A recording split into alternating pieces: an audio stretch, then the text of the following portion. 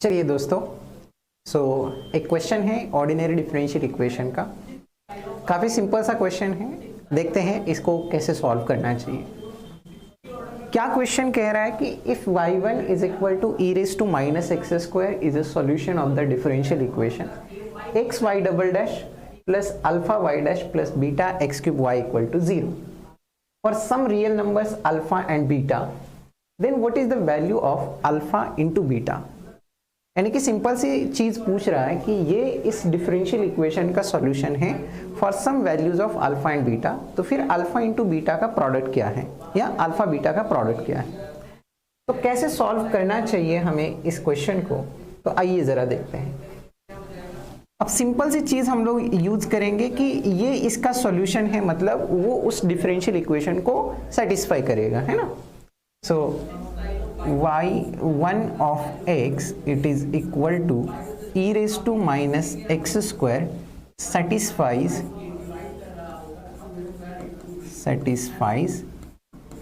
the differential equation। वो differential equation को satisfy कर रहा है। फिर अब अपने पास क्या बनेगा, x इंटू, पहले तो y1 डैश निकाल लेते हैं, वो बनेगा e raise to minus x square into minus 2x, right.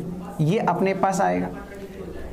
y1 double dash हम लोग निकाल लेते हैं, दैट विल बी माइनस 2, यहाँ पर x as it is e raise to minus x square का derivative e raise to minus x square into minus 2x plus e raise to minus x square as it is derivative of x is 1। यानी कि y1 double dash अपने पास बना है minus 2x into, sorry यहां पर मैं एक बार थोड़ा सा, अब अपने पास क्या बना है,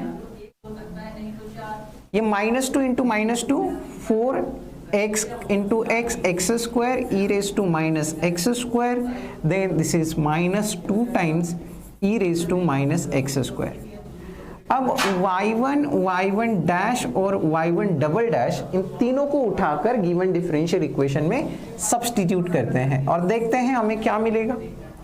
so therefore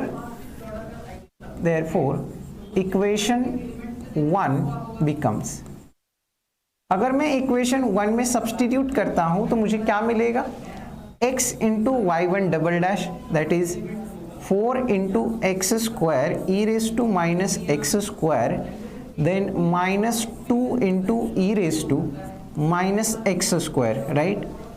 Then plus alpha y dash, alpha into y1 dash will be, what will be y1 dash?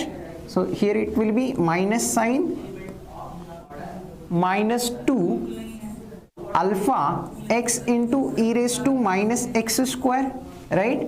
and plus beta x cube y plus beta x cube into y, यानी कि अपने पास क्या है e raised to minus x square and this is equal to 0।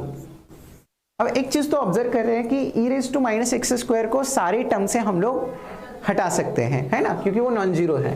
तो मेरे पास क्या बनेगा, ये 4 times x cube, then minus हमारे पास क्या बनेगा, माइनस 2x आ जाएगा, है ना, माइनस 2x, देन यहां पर माइनस 2 अल्फा x, राइट, फिर यहां से plus beta x cube and this is equal to 0। अब आप क्या देख सकते हैं, इन दोनों से x क्यूब को कॉमन निकालेंगे तो 4 प्लस बीटा x क्यूब, यहां से माइनस 2x कॉमन निकाल सकते हैं, तो मेरे पास क्या बनेगा 1 plus alpha, this is equal to 0, right. अब यहां पर आप देखना राइट साइड में एक जीरो पॉलिनोमियल है और लेफ्ट साइड में हमारे पास एक क्यूबिक पॉलिनोमियल है। तो जब दो पॉलिनोमियल्स इक्वल होते हैं तो कोएफिशिएंट्स उनके सेम होने चाहिए। तो यहां से हमारे पास क्या बनेगा, 4 plus beta is equal to 0, that implies beta must be equal to -4 and 1 plus alpha is equal to 0, this implies हमारे पास alpha is equal to -1। तो alpha into beta हमारे पास क्या बनेगा, -4 into -1 that is 4। So this is the answer of this question. I hope ये question काफी simple था और इस प्रकार का क्वेश्चन बनेगा तो आप आराम से सॉल्व कर पाओगे। So thank you. Hello my dear friends, स्वागत है आप सभी का। आज के सेशन में आप बहुत ही इंटरेस्टिंग कंसेप्ट पे क्वेश्चन डिस्कस करने वाला हूँ। क्वेश्चन को पहले समझते हैं। क्या करना है, ए और बी रूट्स दिए हैं इस क्वाड्रेटिक इक्वेशन के, जो कि रियल कोएफिशिएंट वाला पॉलिनोमियल है। ठीक है, so we have x² - 2x + 4 = 0। और क्या इन्फॉर्मेशन है, ए और बी उसके रूट्स है। ठीक है, ए और बी उसके दो रूट्स है। तो रूट कौन से पता नहीं, वो निकालने पड़ेंगे, और क्वाड्रेटिक है तो आसानी से निकाल सकते हैं। तो a⁻n और b⁻n इनका एडिशन कितना होगा, तो पहले रूट्स निकाल लेते हैं। तो what is the formula, -b which is +2 plus minus root of b² - 4ac। ठीक है, upon 2। So this is 2 plus minus root 16 - 4 कितना होगा, -12 upon 2। This is 2 plus minus root 12 means 2√3i upon में 2 which is 1 plus minus √3i। तो दो roots मिल गए, तो एक का नाम है √3i एंड दूसरे का नाम है 1 माइनस √3i। अभी इनकी पावर्स लेनी है। अभी कॉम्प्लेक्स नंबर की पावर लेंगे तो भी एक कॉम्प्लेक्स नंबर आएगा। तो 1 + 3i की nth पावर लेना इन जनरल थोड़ा डिफिकल्ट है, तो हम क्या करते हैं, पहले पोलर फॉर्म में लिखते हैं। तो कोई भी कॉम्प्लेक्स नंबर पोलर फॉर्म में कैसे लिखते हैं आप, तो आइडिया इज दिस, हम इसको इस तरीके से लिख सकते हैं, cos theta + i sin theta. अभी r क्या होता है, इसका मॉड्यूलस विच इज़ 1 + √3 का स्क्वायर विच इज़ 3, तो ये 2 आएगा। और थीटा कितना है इसका, थीटा के लिए फॉर्मूला है हमारे पास tan inverse of y upon x। tan inverse of √3 means 60 degree which is π/3। तो cos π/3 प्लस i sin π/3। ठीक है, तो इसकी वैल्यू मिल गई हमें 3 cos π/3 plus i sin π/3। Similarly उसका कॉन्जुगेट कैसा दिखेगा फिर, cos π/3 माइनस i sin π/3। अभी इनकी क्या लेनी है, nth पावर लेनी है। So a⁻n would be 2⁻n cos π/3 plus i sin π/3 की पावर n। ठीक है, और b⁻n would be 2⁻n cos π/3 minus i sin π/3 की पावर n। अभी डी मोवियर्स थ्योरम लगाएंगे। What is de Moivre's theorem, cos theta plus i sin theta इसकी power n लेते हैं, तो ये पावर जो है मल्टीप्लाइड में जाता है,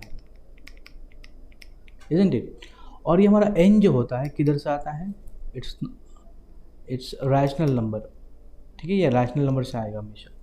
तो इंटीजर के भी ट्रू होगा, नेचुरल नंबर के लिए भी ट्रू होगा। ठीक है, that means a⁻n would be 2⁻n cos n π/3 plus i sin n π/3, और b⁻n would be 2⁻n cos n π/3 minus i sin n π/3। दोनों को ऐड करेंगे तो 2⁻n cos 2⁻n सर्वाइव होंगे, ये प्लस आई साइन और ये माइनस आई साइन कैंसिल होंगे। तो a⁻n b⁻n would be 2⁻n cos n π/3। कितने बार है, 2 बार है, मतलब 2⁻n + 1 cos n π/3। ठीक है, तो ये आंसर आएगा एडिशन का। ऑप्शन में देखते हैं, पहला ही ऑप्शन देखिए, बिल्कुल सही होगा। तो इस तरीके से क्वेश्चंस को बनाना है।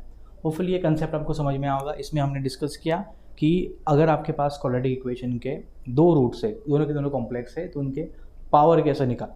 ठीक है, इस वीडियो में इतना ही। Thank you for watching. Hello students, very welcome to IFS। तो स्टूडेंट्स, आज के श्योर शॉर्ट के सीरीज में रियल एनालिसिस का में जो हर टाइम पे CSIR नेट एग्जाम में क्वेश्चन आता है उस टॉपिक से क्वेश्चन लेके आया हूं जो आपको भी यहाँ पे स्क्रीन पे दिख रहा है। आप सभी को पता है स्टूडेंट्स की सीक्वेंस ऑफ रियल नंबर में limit superior and limit inferior, ये टॉपिक जो है, इस टॉपिक से हमेशा एक क्वेश्चन आपको सीएसआर नेट एग्जाम में मिलेगा। और इसीलिए आप अगर देखोगे तो आपको इस टॉपिक को करना बेहद जरूरी है, क्योंकि अगर रियल एनालिसिस में सबसे आसान क्वेश्चन कहीं से निकलता है तो वो ये क्वेश्चन है। अब यहाँ पे आपके पास एक सीक्वेंस दी है an is equals to 1 plus minus 1 to the power n upon n square ln of 2 to the power ln of 2 into n square plus n। तो ये जो सीक्वेंस आपको दिए और पूछा है आपको कि इस सीक्वेंस का limit superior and limit inferior क्या होगा। तो अब इसके लिए आपको क्या करना है, सिंपल जो सीक्वेंस है उस सीक्वेंस का फॉर्म पहले समझ लीजिए। तो limit n tends to infinity an, as n tends to infinity में क्या मिलेगा, 1 plus minus 1 to the power n upon n square ln of 2 into n square plus n। Okay, और यहाँ पे ln of 2 n square plus n ये infinity को जाएगा और बेस जो है वो 1 को जाता है, so it is 1 to the power infinity form. अब यहाँ पे हम लोग क्या बोलेंगे कि limit n tends to infinity an। आपको पता है जब भी 1 to the power infinity form आता है तो उसका लिमिट क्या होता है, e to the power limit n tends to infinity, e to the power limit n tends to infinity क्या आएगा, ये कैन सिंपली से ln of 2 into n square plus n in bracket 1 plus minus 1 to the power n upon n square minus 1. So plus 1 minus 1 get cancelled out. So e to the power limit n tends to infinity ln of 2 into minus 1 to the power n times n square plus minus 1 to the power n times n divided by n square.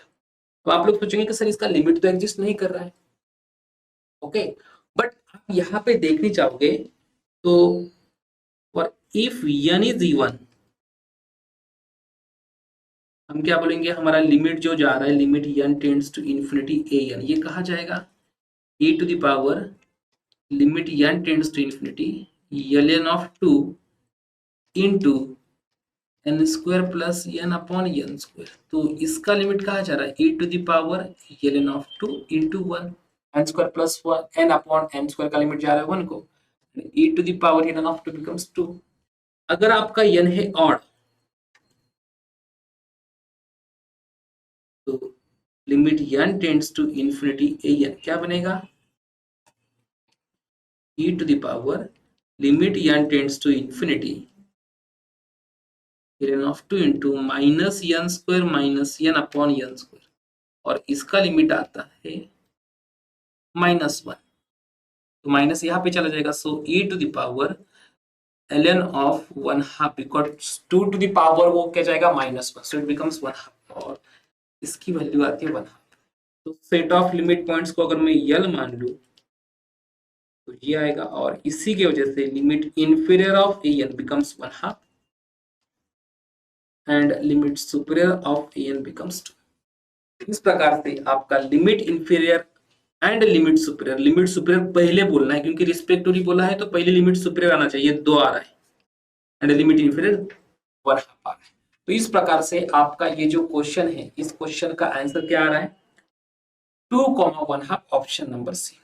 तो आपको इस type का question बहुत बार CSR net exam में already पूछा गया है और इस टाइम पे भी इसी के पूछने के चांसेस बहुत ज्यादा है।